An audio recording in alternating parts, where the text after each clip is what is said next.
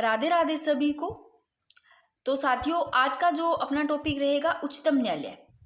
अपने साथ में ही इंडियन पॉलिटी और राजस्थान राज व्यवस्था साथ में ही कर लेंगे दोस्तों, साथ में ही जैसे जैसे टॉपिक होते जाएंगे। जैसे अपना अभी प्रधानमंत्री हुआ था, पहले मंत्रिपरिषद हुआ था, तो अपने राजस्थान का भी कर लेंगे। जैसे कि मुख्यमंत्री मंत्रिपरिषद, ये टॉपिक भी कर लेंगे, राज्यपाल भी करेंगे, सारे टॉपिक अपनी कवर करेंगे।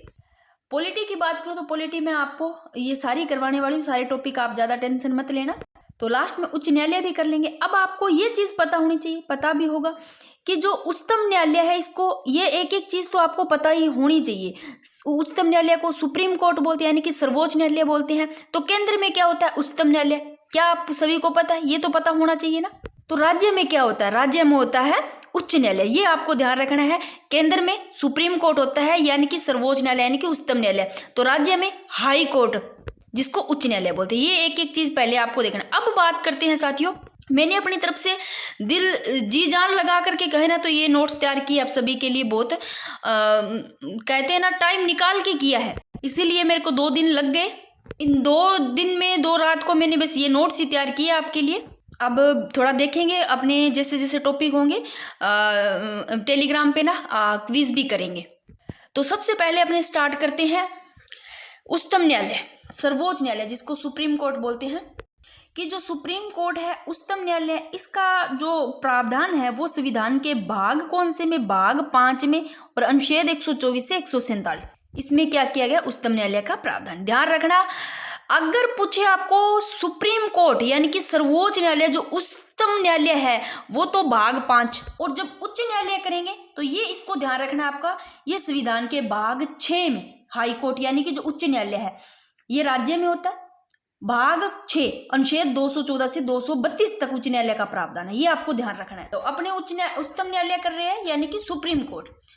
तो उच्चतम न्यायालय का प्रावधान देखो, भाग 5 ध्यान रखना, आर्टिकल 124 से 147। अब बात करते हैं सबसे पहले, ये देखो, पहले ये पढ़ते हैं, उसके बाद में उदाहरण देखो। सबसे पहले उच्चतम न्यायालय में एक एक चीज आपको ये ध्यान रखनी कि सबसे पहले क्या, किसकी स्थापना की गई। देखो, बात कब की है? 1773 का जो रेगुलेटिंग एक्ट है, इसमें क्या प्रावधान था? 1773 के रेगुलेटिंग एक्ट में प्रावधान था कि भारत में एक क्या होगा? एक अपेक्स न्यायालय की स्थापना की जाएगी। अपेक्स यानी कि जो शीर्ष कोर्ट। तो 1773 के रेगुलेटिंग एक्ट में ये प्रावधान ध्यान रखना कि एक किसकी क्या जाएगी? एक अपेक्स न्यायालय की स्थापना की जाएगी। फिर 1774 में कहा? कलकत्ता में। देखो, 73 का ध्यान रखना है, 1774 में कलकत्ता में किसकी? अपेक्स न्यायालय की स्थापना की जाएगी, 74 में कलकत्ता में। जिसमें देखो, प्रथम मुख्य न्यायाधीश, पहला आपको प्रथम मुख्य न्यायाधीश कौन, किसको बनाया गया? सर एलिजा एम्पे को बनाया गया। फिर बात करते हैं 1935 का जो एक्ट है, 1935 के अधिनियम के तहत अक्टूबर देखो 1937 में दिल्ली में एक संघीय न्यायालय की स्थापना की गई, और जिसमें प्रथम मुख्य न्यायाधीश किसको बनाया गया? कौन थे? सर मॉरिस ग्वायर थे। देखो, 1773 में रेगुलेटिंग एक्ट में क्या प्रावधान था कि एक अपेक्स न्यायालय की स्थापना की जाएगी। फिर 1774 में कलकत्ता में भी ये कि एक अपेक्स न्यायालय की स्थापना की जाएगी, जिसमें एक प्रथम जो मुख्य न्यायाधीश है उनको बनाया गया सर एलिजा एम्पे को, ठीक है ना, जब इसकी स्थापना की। 1935 का जो एक्ट है, किसके? 1935 एक्ट के तहत देखो, कब? अक्टूबर 1937, यानी कि 35 के बाद 36, 37 में कहा? दिल्ली में कहा कि एक किसकी होगी? एक संघीय न्यायालय की स्थापना होगी, जिसमें प्रथम मुख्य न्यायाधीश कौन थे? सर मॉरिस ग्वायर थे। ये आपको ध्यान रखना है, जिसमें 2 भारतीय न्यायाधीश भी शामिल थे। कौन? एक एम.आर. जैकब और एक एम.एस. सुल्तान। अब जो ये था ना कि 1935 का एक्ट अधिनियम तहत 1937 में ये कहा गया कि दिल्ली में एक क्या होगी? संघीय न्यायालय की स्थापना होगी, जिसमें ये ध्यान रखना आपको, ये प्रथम मुख्य न्यायाधीश थे। देखो, ये जो था ये भारत का अपीलीय न्यायालय नहीं था, अंतिम, कौन सा? अंतिम अपीलीय न्यायालय नहीं था, क्योंकि इस निर्णय के विरोध ब्रिटेन का जो प्रीवी काउंसिल है ना, उसमें अपील की जा सकती थी। अब भाई, जो उच्चतम न्यायालय ये तो अंतिम है, तो इससे पहले हाई कोर्ट है, अगर हाई कोर्ट में संतुष्ट नहीं है तो आप कहाँ जा सकते हो? सुप्रीम कोर्ट, यानी कि उच्चतम न्यायालय में जा सकते हो। जो ये वाला था ना, ये भारत का अंतिम अपीलीय न्यायालय नहीं था भाई, क्योंकि इसके निर्णय के विरुद्ध कहा? ब्रिटेन का जो प्रीवी काउंसिल था ना, यानी कि जो महारानी की परिषद, जो प्रीवी काउंसिल है, इसमें की जा सकती थी अपील। तो अब बात करते हैं उच्चतम न्यायालय की। बात करें इसका जो प्रावधान है, देखो संविधान का भाग ध्यान रखना है 5, आर्टिकल 124 से 147 तक उच्चतम न्यायालय का प्रावधान है। तो अंतिम कौन सा, देखो 28 जनवरी 1950 को जो उच्चतम न्यायालय है, जो सुप्रीम कोर्ट जिसको बोलते हैं, क्या बोलते हैं, सर्वोच्च न्यायालय, उच्चतम न्यायालय, इसका उद्घाटन किया गया। ध्यान रखना कब, 28 जनवरी भाई 1950 को। ये भारत का अंतिम अपीलीय न्यायालय था, जिसको विधिवत कब, 28 जनवरी 1950 का इसका उद्घाटन किया गया। एक बार फिर से देख लो, 1773 के रेगुलेटिंग एक्ट में एक अपेक्स न्यायालय की स्थापना की गई, है प्रावधान था। और 1774 में कलकत्ता में अपेक्स न्यायालय की स्थापना की गई, जिसमें एक प्रथम मुख्य न्यायाधीश, ध्यान रखना को बनाया गया, सर एलिजा इम्पे को। फिर 1935 इंपॉर्टेंट, वेरी वेरी, 1935 का जो एक्ट है, इसके तहत कब, अक्टूबर 1937 में, कहा देखो दिल्ली में संघीय न्यायालय की स्थापना की गई, जिसमें प्रथम मुख्य न्यायाधीश कौन थे, सर मॉरिस ग्वायर थे।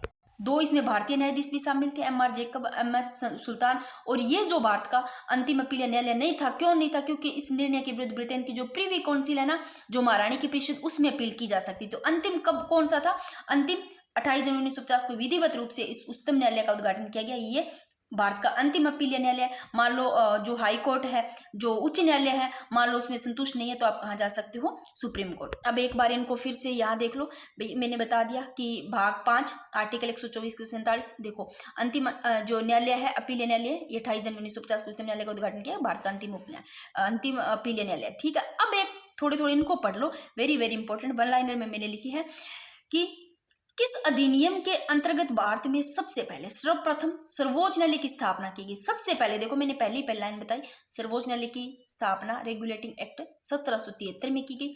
तो भारत के सर्वोच्च न्यायालय की स्थापना कौन से अधिनियम के अधीन हुई, तो भारत सरकार अधिनियम 1935 के अधीन हुई थी।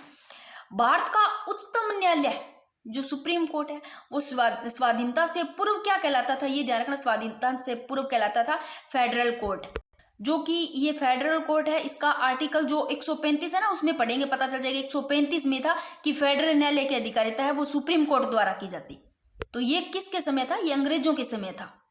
और बाद में इस फेडरल जो न्यायालय है, जो फेडरल कोर्ट है, इसका नाम बदल कर क्या कर दिया, सुप्रीम कोर्ट नाम दे दिया। ठीक है, तो अब तो है नहीं है।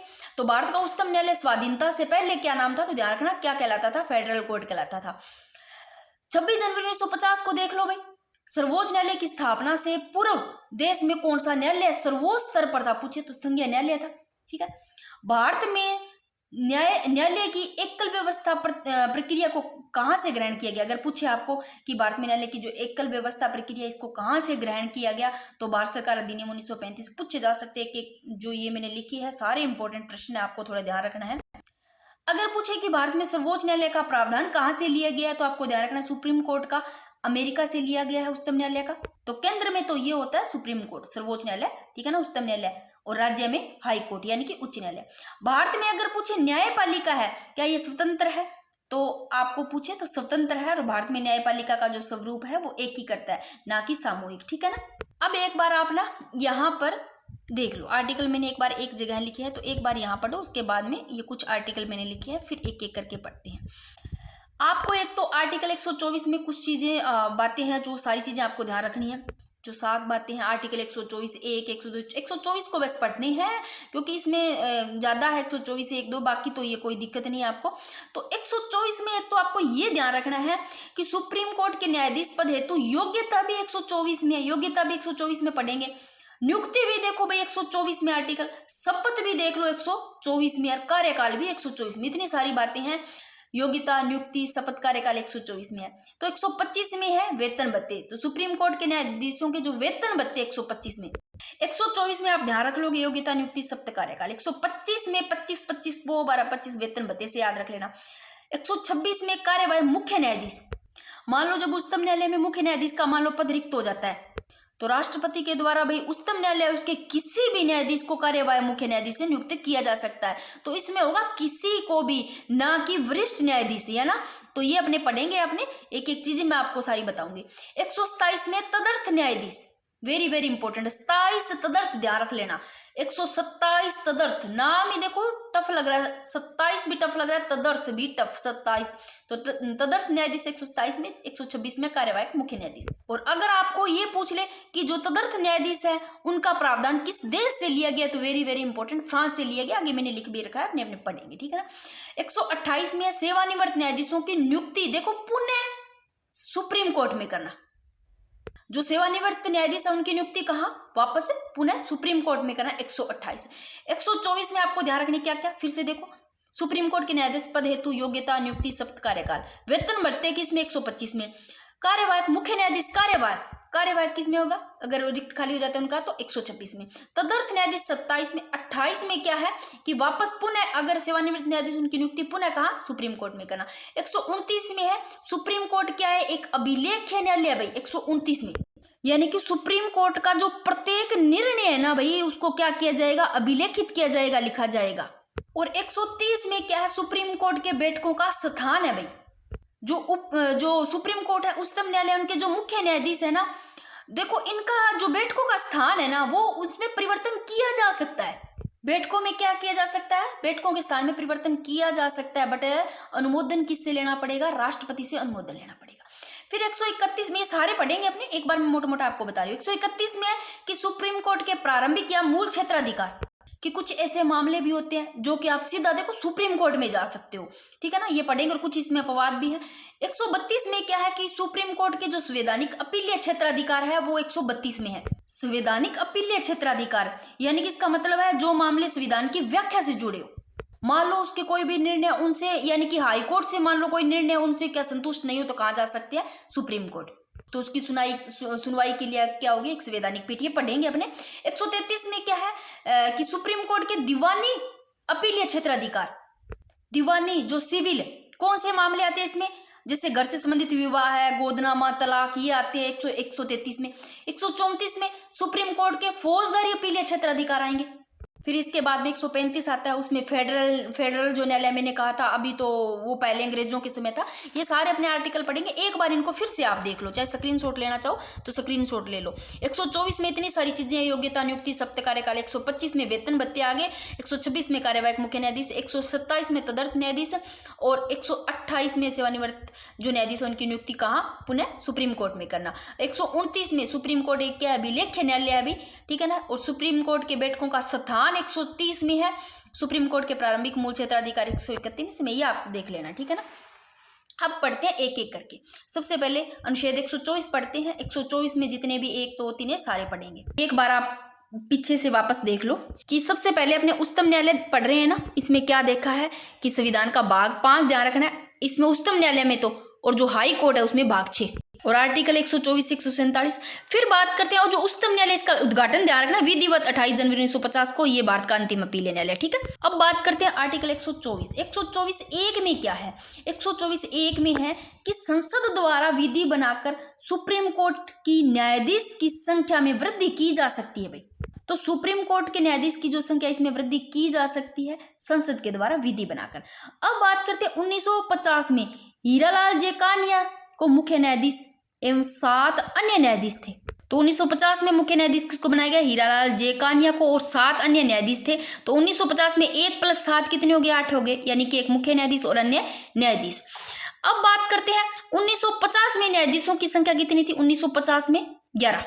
ये 50 नहीं आएगा भाई, यहाँ मिस्टेक है, 56 होगा, मैं 56 कर देती हूँ। 56 के बाद में सीधा 60 में 14 है, ठीक है ना, ये लिखने में मेरे से हुई है, ये कर दिया, क्योंकि 1950 में तो 1 + 7 थे, यानी कि एक तो क्या था, मुख्य न्यायाधीश जो कि हीरालाल जेकानिया और 7 अन्य न्यायाधीश थे। 1 + 7 8 हो गए, 1950 में 8, 1956 में 11, 1960 में 14, 1978 में 11 संख्या, और 1986 में न्यायाधीशों की संख्या 26, 2009 में 31। ये मैंने सारी लिख दी, एक बार देख लेना चाहिए। फिर बात करते हैं लास्ट में 2019 की। 2019 में 33 + 1, एक तो मुख्य न्यायाधीश था, 33 अन्य न्यायाधीश था, टोटल 2019 में 34, यानी कि एक मुख्य न्यायाधीश और अन्य जो 33 अन्य न्यायाधीश है, इनके अलावा कितने हो गए, 34। तो 124(1) में तो क्या पढ़ा अपनों ने कि संसद के द्वारा विधि बनाकर जो ये सुप्रीम कोर्ट के न्यायाधीशों की संख्या इसमें क्या की जा सकती है, वृद्धि की जा सकती है। तो 124(2) में क्या है, न्यायाधीशों की नियुक्ति। देखो वैसे तो ना सबसे पहले बात करते हैं 124(1) पढ़ा, उसके बाद में योग्यता ही देखनी चाहिए अपने को, है ना, पर योग्यता आनी चाहिए, फिर वो 124(3) में आ जाता है। तो पहले मैंने वैसे लिखना तो ये चाहिए, बट मैंने यहाँ लिख दिया कि 124(2) में नियुक्ति, क्योंकि नियुक्ति बाद में होती है, पहले योग्यता ही देखी जाती है। तो योग्यताएं आप देख लेना, देखेंगे 124(3) में है। पहले आप देखो कि नियुक्ति है वो आपको ध्यान रखनी है 124(2) में है। नियुक्ति किन के द्वारा की जाती है? न्यायाधीशों की नियुक्ति राष्ट्रपति के द्वारा तो नियुक्ति की जाती है। उच्चतम न्यायालय जो सुप्रीम कोर्ट है, इनके मुख्य न्यायाधीश की परामर्श से, सुप्रीम कोर्ट के मुख्य न्यायाधीश की परामर्श से न्यायाधीशों की नियुक्ति की जाती है। राष्ट्रपति के द्वारा परामर्श किन की लेनी पड़ेगी? सुप्रीम कोर्ट का जो मुख्य न्यायाधीश है इनकी, ठीक है ना, न्यायाधीशों की नियुक्ति की जाती है। फिर आपको ध्यान रखना है कि 1993 में द्वितीय न्यायाधीश वादी है, इनमें न्यायाधीशों की नियुक्ति हेतु जो कॉलेजियम है, कॉलेजियम का गठन किया गया था भाई, जिसमें एक मुख्य न्यायाधीश और 2 अन्य न्यायाधीश थे। संविधान में इस कॉलेजियम शब्द का कहीं भी उल्लेख नहीं है भाई। अब एक लाइन और लिखना चाहो तो यहाँ लिख लो, यहाँ जगह नहीं है कि देखो 1993 में तो कौन सा है? द्वितीय न्यायाधीशवाद है। इसमें न्यायाधीशों की नियुक्ति हेतु किसका? कॉलेजियम का गठन किया गया, जिसमें एक तो मुख्य न्यायाधीश और 3 अन्य न्यायाधीश थे। फिर बात करते हैं 1993 के बाद में सीधे 1998 में तृतीय न्यायाधीशवादी है, उसमें कॉलेजियम में न्यायाधीशों की संख्या 1+4, यानी कि कितने हो गए टोटल? 1+4 5, एक मुख्य न्यायाधीश एक अन्य। ये लाइन लिख देती हूँ मैं, ये मैंने लिख दिया, यहाँ पर छोटा लिखा है इसलिए मैंने हाईलाइट कर दिया। देखो 1993 में तो 1+2 यानी कि एक मुख्य न्यायाधीश 2 अन्य न्यायाधीश, और 1998 में जब तृतीय न्यायाधीशवाद में कॉलेजियम के न्यायाधीशों की संख्या की बात करें तो 1+4, एक तो क्या हो गया? मुख्य न्यायाधीश, 4 अन्य न्यायाधीशों टोटल 5। अब देखो 124(3), सबसे पहले तो मैं बात करती हूँ कि अपनों ने ना, मैं सबसे पहले अब आपको ये बताया था कि 124 है ना, जो कि 2 है, इसमें कई चीजें थी, नियुक्ति भी थी, यानी कि 124(2) में तो नियुक्ति थी, 124(3) में क्या थी? योग्यता। यानी कि 124 में क्या क्या चीजें थी? 124 में ये देखो क्या क्या चीजें थी, सारी चीजें, क्योंकि बाद में 125 पढ़ेंगे, वेतन भत्ते 125, 124 में चाहे 1 में 2 में ऐसे आएगी, 124 में ये सारी चीजें हैं, योग्यता, नियुक्ति, शपथ, कार्यकाल।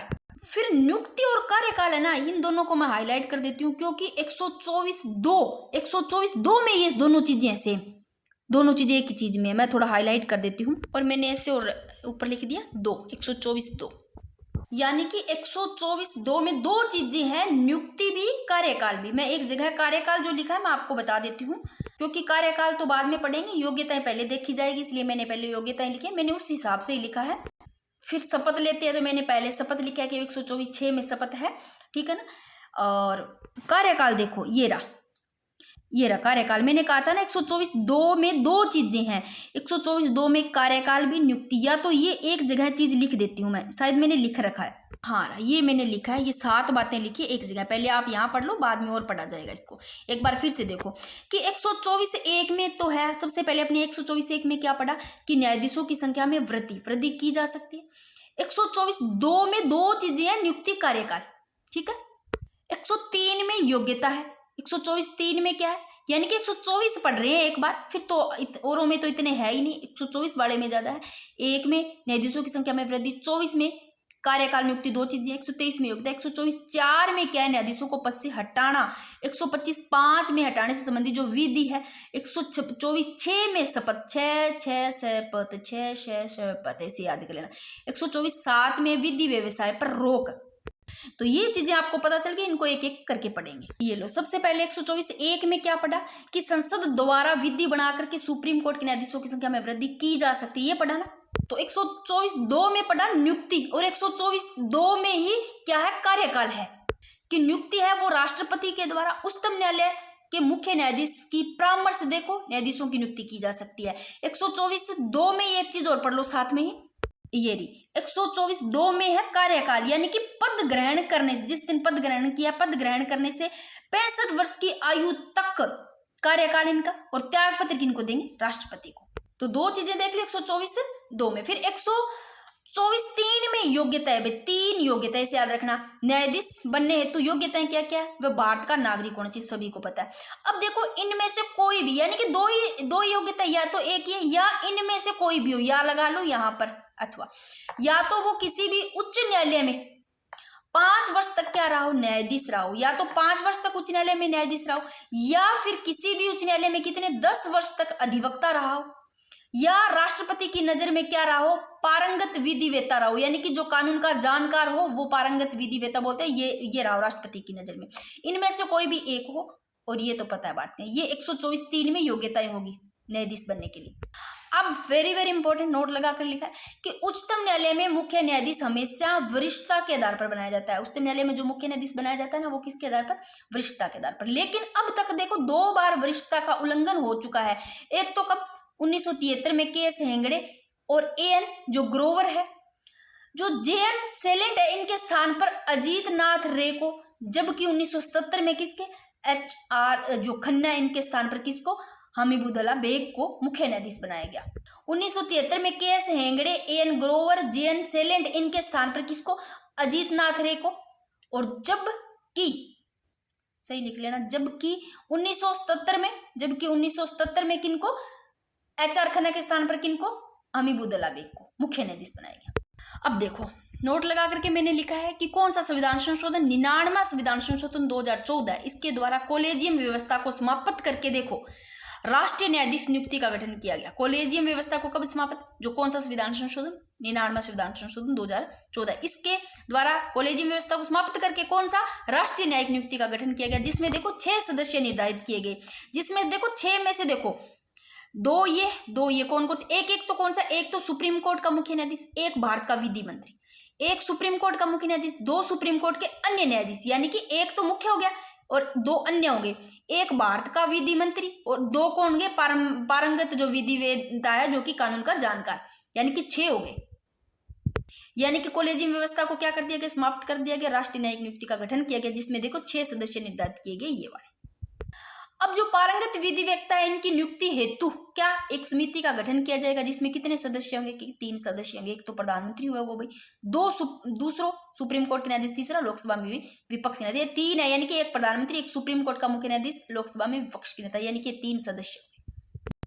13 अप्रैल 2015 को यह अधिनियम लागू किया गया। 16 अक्टूबर 2015 को जस्टिस जी.एस. खेहर संवैधानिक पीठ द्वारा इस अधिनियम को असंवैधानिक मानते हुए पुनः कॉलेजियम की शुरुआत कर दी। देख लो मैंने, क्योंकि इसको असंवैधानिक मानते हुए वापस इसका कर दिया। शपथ किसमें? ध्यान रखना, शपथ से याद करना, शपथ 6 में। तो 124 6 में क्या है? शपथ है। तो ये सारे 124 के पढ़े। एक में क्या है? 2 3 4 5 6 है ना, 7 चीजें हैं इसमें, 7 आपको ध्यान रखना है। 6 में शपथ, 2 में पढ़ी लिया आप लोगों ने पहले। मैंने सीक्वेंस वाइज वैसे लिखा है, पहले शपथ कार्यकाल इस हिसाब से लिखा है, वैसे आप ध्यान रखना। 2 में 2 चीजें हैं, नियुक्ति कार्यकाल, ठीक है।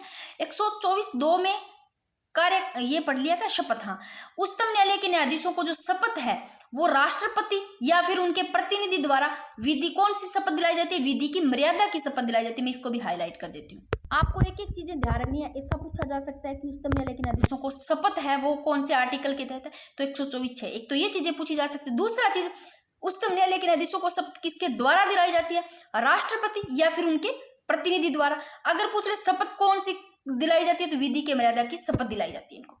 और ये पढ़ी लिया कार्यकाल, पद ग्रहण करने से 65 वर्ष की आयु तक, और त्याग पत्र राष्ट्रपति को देंगे, जो 124 2 में आई है। मैंने वैसे सीक्वेंस वाइज लिखा है। फिर पद से हटाना होता है, तो 124 4 में आपको ध्यान रखना है, हटाना। सुप्रीम कोर्ट के न्यायाधीशों को पद से हटाना किसमें? 124 4 में है। कारण किस किस कारण से हटाया जा सकता है? सिद्ध कदाचार या अक्षमता हो। सिद्ध कदाचार अक्षमता होने पर क्या इनको हटाया जा सकता है, ये कारण है, ठीक है। न्यायाधीश को हटाने, सुप्रीम कोर्ट के न्यायाधीश को पद से हटाना कौन से आर्टिकल में? 124 4 में। अब न्यायाधीश को हटाने हेतु प्रस्ताव है संसद के दोनों, किसी भी लोकसभा राज्यसभा, संसद के किसी भी सदन में लाया जा सकता है। ध्यान रखना, ना कि एक में, संसद के, देखो मैंने लिखा किसी भी सदन में लाया जा सकता है, हाईलाइट कर लो। चाहे यदि लोकसभा में लाए तो देखो लोकसभा में मान लो लाना है, लोकसभा में लाना है तो न्यूनतम कितने? 100। अगर राज्यसभा में लाना है तो कितना? न्यूनतम 50 सदस्यों का समर्थन आवश्यक है। ये लो हाईलाइट कर दिया। अब एक चीज वापस देखो कि सुप्रीम कोर्ट के न्यायाधीश को पद से हटाना 124 4 में है। न्यायाधीशों को पद से हटाने के लिए प्रस्ताव लाया, वो दोनों सदनों में किसी में भी लाया जा सकता है, लोकसभा राज्यसभा में।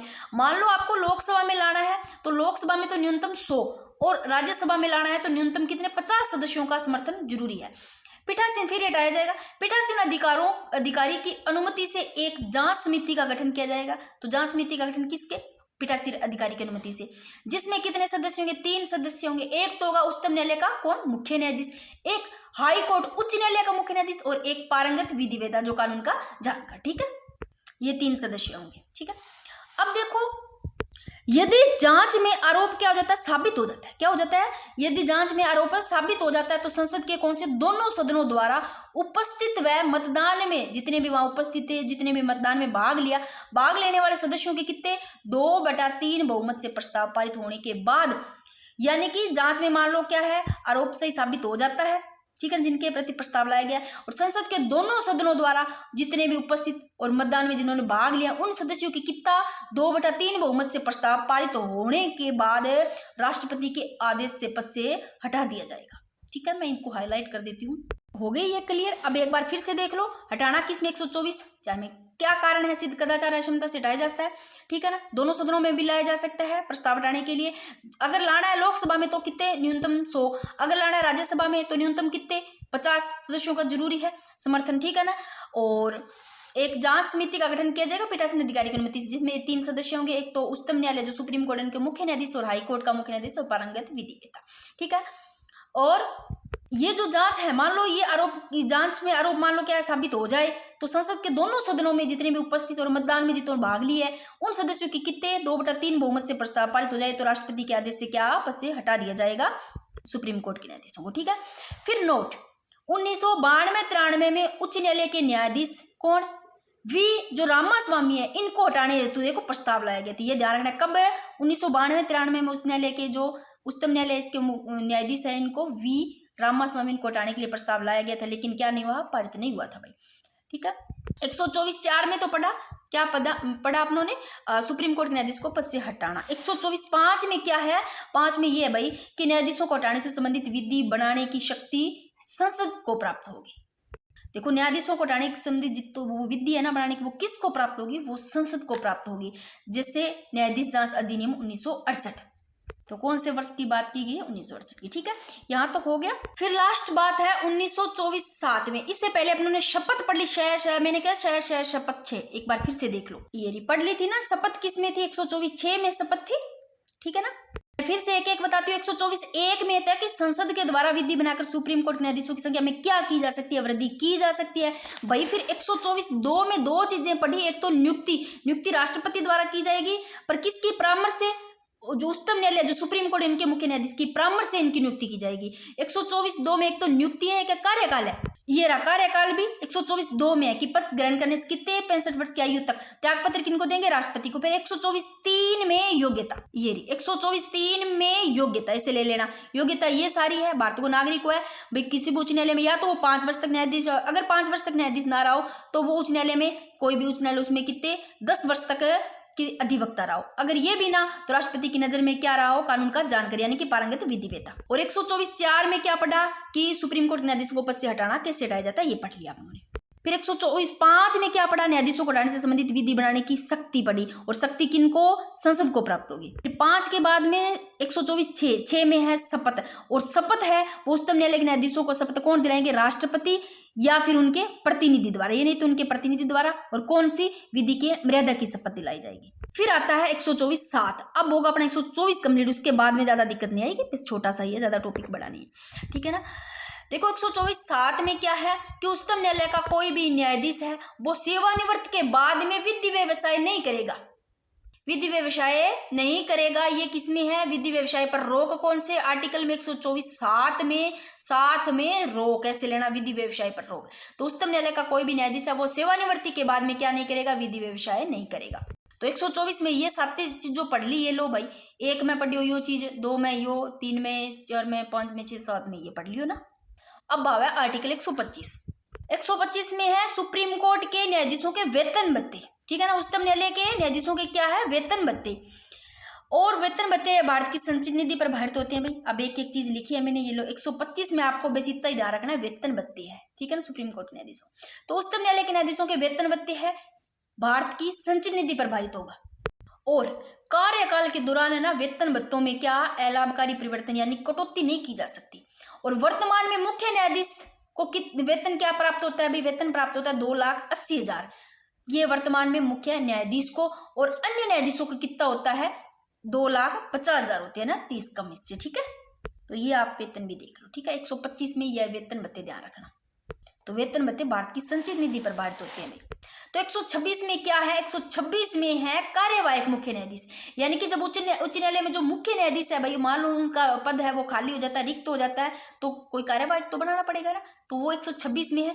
तो मान लो उच्चतम न्यायालय मुख्य न्यायाधीश का पद रिक्त हो जाता है, तो राष्ट्रपति के द्वारा, किसके द्वारा, राष्ट्रपति के द्वारा उच्चतम न्यायालय के किसी भी, लिखा है मैंने यहाँ पर हाईलाइट किया, वेरी वेरी इंपॉर्टेंट, इसलिए मैंने यहाँ कॉलम में बनाया है कि किसी भी न्यायाधीश को कार्यवाहक मुख्य न्यायाधीश नियुक्त किया जा सकता है। क्योंकि एक एक चीज आपको ध्यान रखनी है, मैंने यहाँ पर वरिष्ठ नहीं लिखा है, वरिष्ठ न्यायाधीश नहीं लिखा है, कोई जरूरी नहीं वरिष्ठ न्यायाधीश हो, कोई भी न्यायाधीश को, ठीक है ना। 126 में है कार्यवाहक मुख्य न्यायाधीश। 127 में तदर्थ न्यायाधीश, वेरी वेरी इंपॉर्टेंट, 127 में। अब अगर पूछे प्रश्न की तदर्थ न्यायाधीशों का प्रावधान कौन से देश से लिया गया है, तो फ्रांस से लिया गया, ये भी ध्यान रखना, ठीक है ना। जब उच्चतम न्यायालय में न्यायाधीशों का कोरम पूर्ण नहीं हो, तो मुख्य न्यायाधीश द्वारा राष्ट्रपति की पूर्व सहमति से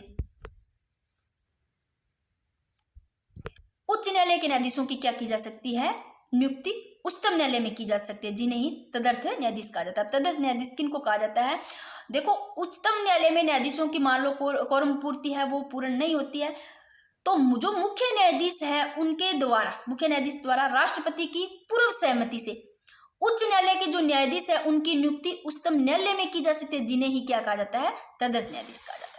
128 में क्या है, देखो सेवानिवृत्त न्यायाधीशों की जो नियुक्ति है ना, वो वापस पुनः कहा उच्चतम न्यायालय में करना। जो सेवानिवृत्त हो गए उनकी वापस नियुक्ति कर देना, कहां पर करना, वो भी उच्चतम न्यायालय में। ये 128 में है। 129 में क्या है कि सुप्रीम कोर्ट एक अभिलेख न्यायालय है, एक लिखित अभिलेख न्यायालय है। उच्चतम न्यायालय क्या है, एक अभिलेख न्यायालय है।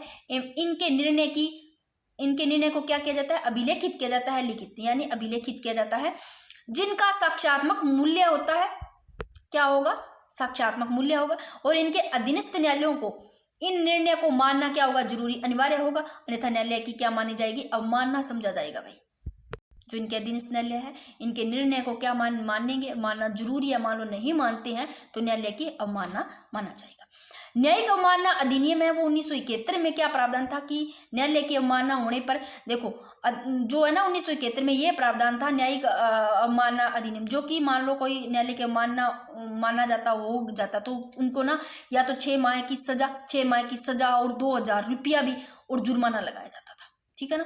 तो 129 में क्या है, सुप्रीम कोर्ट एक अभिलेखीय न्यायालय है। और अनुच्छेद 130 में क्या है, सुप्रीम कोर्ट के बैठकों का स्थान है भाई। अब देखो 130 में सुप्रीम कोर्ट के बैठकों का स्थान है, उसमें परिवर्तन किया जा सकता है, बट परिवर्तन किया जाएगा बट राष्ट्रपति के अनुमोदन से। तो उच्चतम न्यायालय के मुख्य न्यायाधीशों द्वारा राष्ट्रपति के अनुमोदन से बैठकों के स्थान में क्या किया जा सकता है, परिवर्तन किया जा सकता है। अब तक देखो 2 बार परिवर्तन हो चुका है, श्रीनगर और दूसरी बार कहाँ, हैदराबाद, ठीक है ना। तो ये आप ध्यान रख लेना, ठीक है। 130 में सुप्रीम कोर्ट के बैठकों का स्थान 2 बार हो चुका है। फिर 131 में है कि सुप्रीम कोर्ट के प्रारंभिक या मूल क्षेत्राधिकार, कुछ ऐसे मामले होते हैं, कुछ ऐसी कंडीशन होती है जिनका आप सीधे कहाँ जा सकते हो, सुप्रीम कोर्ट में जा सकते हो। कुछ इसमें अपवाद भी है, कौन कौन से, देखो केंद्र बनाम राज्य विवाद, ये 4 कंडीशन दी गई है, देख लो। सुप्रीम कोर्ट के प्रारंभिक या मूल क्षेत्राधिकार जो आर्टिकल 131 में, केंद्र बनाम राज्य विवाद, केंद्र बनाम राज्य विवाद, राज्य बनाम राज्य विवाद, केंद्र बनाम राज्यों के मध्य विवाद, या तो केंद्र या फिर राज्यों के बीच में वाद हो, या राज्य या फिर राज्यों के मध्य विवाद हो, ठीक है ना। तो इन 4 कंडीशनों में आप सीधे कहाँ जा सकते हो, सुप्रीम कोर्ट जा सकते हो। कुछ इसमें अपवाद भी है।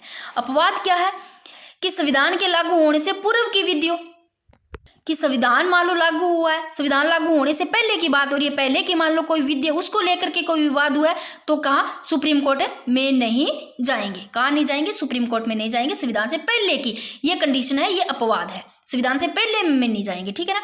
और अंतर्राज्यीय नदी जल विवाद जैसे होता है ना, अपने जल का विवाद होता है, तो अंतर्राज्यीय नदी जल विवाद है, इसके लिए भी नहीं जाएंगे। केंद्र व राज्यों के मध्य मान लो पेंशन व खर्चों से संबंधित कोई विवाद है तो भी नहीं जाएंगे, ठीक है ना।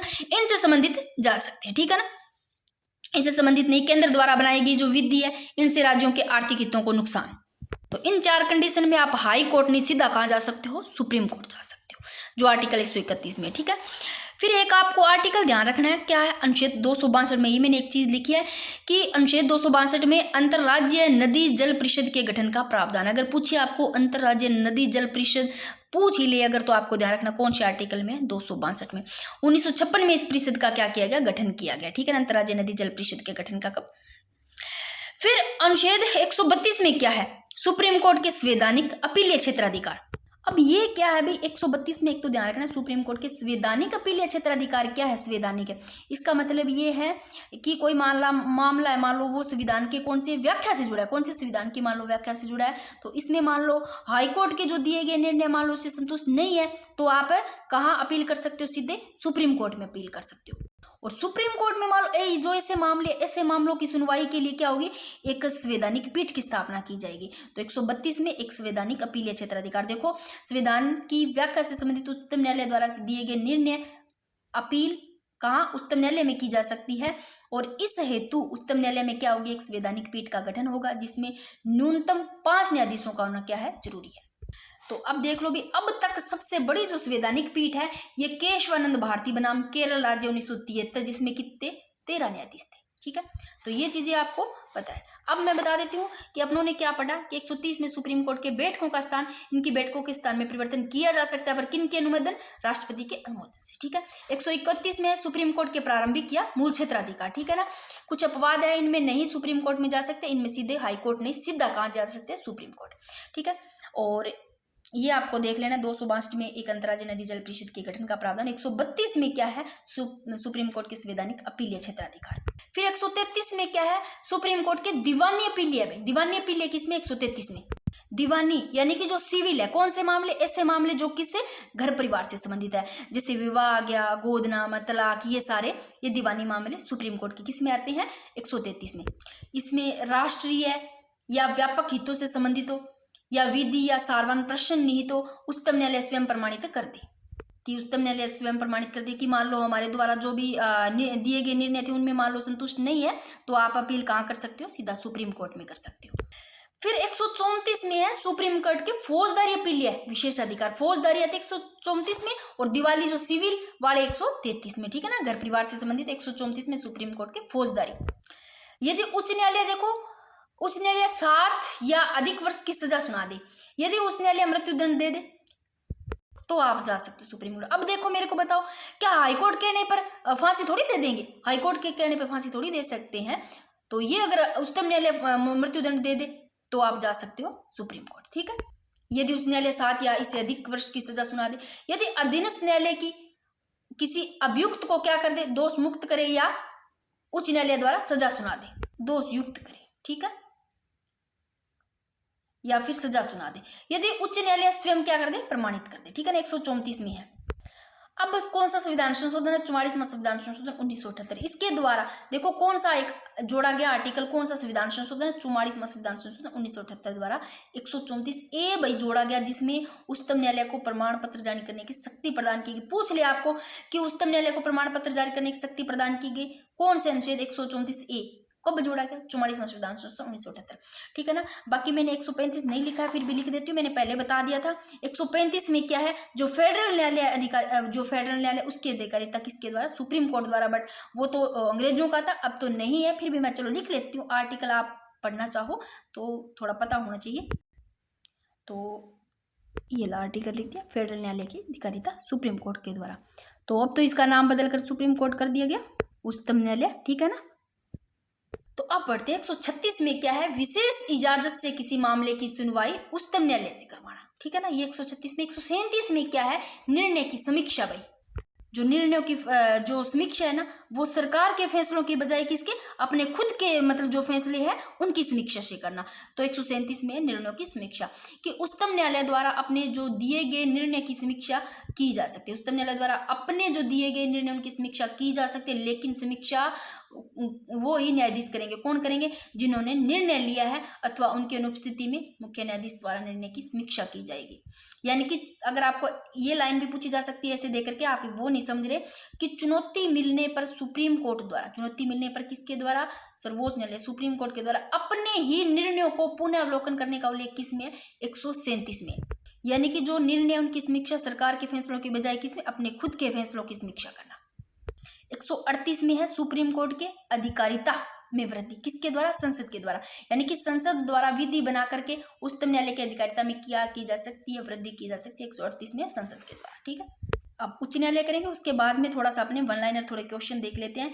कि अगर पूछे कि भारत में सर्वोच्च न्यायालय का प्रावधान कहाँ से लिया गया, तो सर्वोच्च न्यायालय का सुप्रीम कोर्ट का अमेरिका से लिया गया। ठीक है ना, और तदर्थ न्यायाधीशों का फ्रांस का ध्यान रखना। सर्वोच्च न्यायालय के जजों का वेतन पूछे किससे आहरित करता है, तो संचित निधि द्वारा। और 2 या 2 से अधिक राज्यों का साझा न्यायालय प्रावधान आपको पूछे कौन से संविधान संशोधन द्वारा, तो 7वें संविधान संशोधन के तहत किया गया।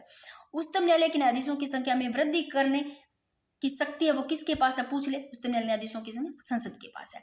और सेवानिवृत्ति के बाद में ये प्रश्न है, आप बता दो चाहे कि सेवानिवृत्ति के बाद में उच्चतम न्यायालय सुप्रीम कोर्ट के जो न्यायाधीश है वो वकालत कहाँ कर सकते हैं, केवल सर्वोच्च न्यायालय में कर सकते हैं क्या, या किसी भी न्यायालय में नहीं, या केवल हाई कोर्ट में। तो भाई सेवानिवृत्ति के बाद में जो उच्चतम न्यायालय के न्यायाधीशों की वकालत है किसी भी न्यायालय में नहीं की जा सकती। अब कल उच्च न्यायालय कर लेंगे अपने।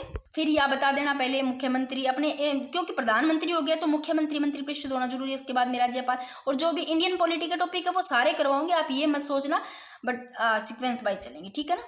अब एक बार आप थोड़ा बहुत काज कर लेते हैं, मैंने इतना ही पेज लिखा है, बाकी कल हो जाएगा, इसका ज़्यादा नहीं है, 1-2 पेज का ही है उच्च न्यायालय, ज़्यादा नहीं, या 3 पेज या 4 पेज, इससे ज़्यादा नहीं होगा, 3 पेज का, ठीक है। तो सबसे पहले बात करते हैं कि अगर पूछे भारत में राज्य तो पता है सभी को 28 है, केंद्र शासित प्रदेश 8, ये तो पता ही होना चाहिए स्टेट कितनी है, ठीक है ना। तो अगर टोटल पूछे तो 28 + 8 36 कर दोगे। उच्चतम न्यायालय 25, ये भी पता है आपको, ये आपको ध्यान होना चाहिए कि 25वां है उच्चतम न्यायालय, कौन से कितने 25वां, ये कब स्थापित हुआ था, 25वां उच्च न्यायालय कब स्थापित हुआ था, 2019 में, एक तो ये ध्यान रखना है। कहां पर हुआ, तो अमरावती में हुआ, और अमरावती कहां पड़ता है, आंध्र प्रदेश में। तो 25वां 2019 में अमरावती आंध्र प्रदेश में स्थापित हुआ, ठीक है ना। अब बात करते हैं, ये 3 आपको ध्यान रखना है, एक तो सन 1861, 1862, 1866 में। 1861 में तो हाईकोर्ट की स्थापना, प्रांतों में हाईकोर्ट की स्थापना, ठीक है ना। और 1862 में कहा, जो बंबई, बंगाल, मद्रास है, इसमें हाईकोर्ट की स्थापना की गई। और 1866 में इलाहाबाद में हाईकोर्ट की स्थापना की गई। अब ये चीजें मैंने लिखी है वहां बिल्कुल शॉर्ट में, कि 1861 में तो भारत के परिषद अधिनियम में प्रावधान था कि प्रांतों में क्या हो गया, उस न्यायालय की स्थापना की जाएगी। 1862 में बंबई, बंगाल, मद्रास में क्या, उस न्यायालय की स्थापना की गई। 1866 में इलाहाबाद में भी उस न्यायालय की स्थापना की गई। देखो, जब अपना उच्च न्यायालय है, जब उच्चतम न्यायालय पढ़ा अपने, जो सुप्रीम कोर्ट पढ़ा, उसमें तो भाग क्या था, 5, और जो ये पढ़ रहे हैं हाई कोर्ट उच्च न्यायालय, इसमें संविधान के भाग 6 के अनुसार आर्टिकल 214 से 232 तक उच्च न्यायालय का प्रावधान है। अब आपको थोड़े से ये आर्टिकल ध्यान है, बाकी अपने कल पढ़ेंगे, ठीक है ना। और मैं ऐसे करवाऊंगी क्योंकि जो पीछे अपने उच्चतम न्यायालय के, उसके भी साथ में दोनों में अंतर करके, ताकि आपको पता होना चाहिए, साथ में करते हो तो भूलोगे भी नहीं, ऐसे नोट्स भी बना लोगे तो भी आपको बहुत ज्यादा फायदा होगा, कि कुछ सेम चीजें ही है, सेम चीजें इधर है, सेम चीजें इधर है। जैसे अगर आप लोगों ने प्रधानमंत्री अच्छे से पढ़ लिया है तो मुख्यमंत्री बहुत अच्छे से समझ आ जाएगा, मंत्री परिषद उधर पढ़ा है तो सेम टू सेम है, उधर राष्ट्रपति अच्छे से पढ़ा है तो इधर राज्यपाल भी बहुत अच्छे से समझ में आ जाएगा। तो मैंने इसलिए कहा था उधर आप अच्छे से देखोगे तो आ जाएगा। आर्टिकल 214 में क्या है, 214 में कि भारत में प्रत्येक राज्य में क्या होगा, एक उच्च न्यायालय हो सकता है। 230 में है कि संसद के द्वारा विधि बनाकर राज्य के एक उच्च न्यायालय का विस्तार है वो केंद्र शासित प्रदेश में किया जा सकता है। 231 में क्या आर्टिकल की संसद विधि बनाकर के 2 या 2 से अधिक राज्यों में एक क्या उच्च न्यायालय की स्थापना कर सकता है। फिर आपको एक 241 पढ़ना है, क्या है इसमें ये है कि केंद्र शासित प्रदेशों में अपना क्या हो सकता है, एक अलग से, भाई केंद्र शासित प्रदेश कितने, 28 है। देखो, केंद्र शासित प्रदेश 28 है और राज्य केंद्र शासित प्रदेश 8 है और राज्य है वो 28 है, टोटल कितने हो गए, 36 हो गए। तो ये बात जो केंद्र शासित प्रदेश है उसमें ये कौन से आर्टिकल में कहते हैं, 241 में ये बात कहते हैं कि केंद्र शासित प्रदेशों में भी क्या होना चाहिए, अपना अलग से एक उच्चतम न्यायालय होगा, उच्चतम नहीं उच्च न्यायालय होगा। देखो, जो होता है ना उच्चतम न्यायालय वो तो केंद्र में होता है और राज्य में होता है वो क्या होता है, ये हाई कोर्ट यानी कि उच्च न्यायालय, ये आपको पता होना चाहिए। सुप्रीम कोर्ट केंद्र में और हाई कोर्ट राज्य में, जैसे दिल्ली में 1966 में गठन, ठीक है ना, ये चीज आपको ध्यान रखनी है। तो कल करेंगे उच्च न्यायालय, ठीक है। ये एक बार इतना ही लिखा है मैंने, फटाफट थोड़ा सा आर्टिकल देख लो। 124 में नियुक्ति, शपथ, कार्यकाल, ये सारी चीजें योग्यता, जो 124 का भी 2 में क्या, 1 में तो क्या पढ़ा था अपनों ने, ये रहा, 1 में पढ़ा था न्यायाधीशों की संख्या में वृद्धि, इससे साथ में लिख लोगे भूलोगे। 2 में 2 चीजें हैं, नियुक्ति, कार्यकाल, 3 में योग्यता, 124 3 में, 124 4 में न्यायाधीशों को पद से हटाना, 124 5 में हटाने से संबंधित विधि है, 124 6 में शपथ, 7 में विधि व्यवसाय पर रोक। फिर 125 में वेतन भत्ते हैं, ये रहे यहाँ, ये भारत की संसदीय निधि से भारित होते हैं। 126 में कार्यवाहक मुख्य न्यायाधीश, ठीक है ना, कार्यवाहक मुख्य न्यायाधीश बनाया जाता है। 127 में तदर्थ न्यायाधीश है, 27 में, ठीक है ना, प्रावधान फ्रांस से लिया गया। 128 में क्या सेवानिवृत्त न्यायाधीशों की नियुक्ति है, वो पुनः कहा सुप्रीम कोर्ट में करना। 129 में सुप्रीम कोर्ट क्या है, एक अभिलेख न्यायालय। 130 में सुप्रीम कोर्ट के बैठकों का स्थान, ठीक है ना, इनके बैठकों का स्थान में परिवर्तन हो सकता है, होता है, जो कि जो राष्ट्रपति है उनके अनुमोदन से। 131 में सुप्रीम कोर्ट के प्रारंभिक या मूल क्षेत्राधिकार, या 132 में सुप्रीम कोर्ट के संवैधानिक अपीलीय क्षेत्राधिकार, 133 में जो सुप्रीम कोर्ट इनके दिवाली अपीलीय क्षेत्राधिकार, 134 में सुप्रीम कोर्ट के फौजदारी अपीलीय क्षेत्राधिकार। बाकी मैंने आगे करवाया और कुछ कल अपने जो करेंगे उसमें साथ में करके करेंगे, ठीक है ना, अंतर करके करोगे तो ज्यादा समझ में आ जाएगा, ठीक है।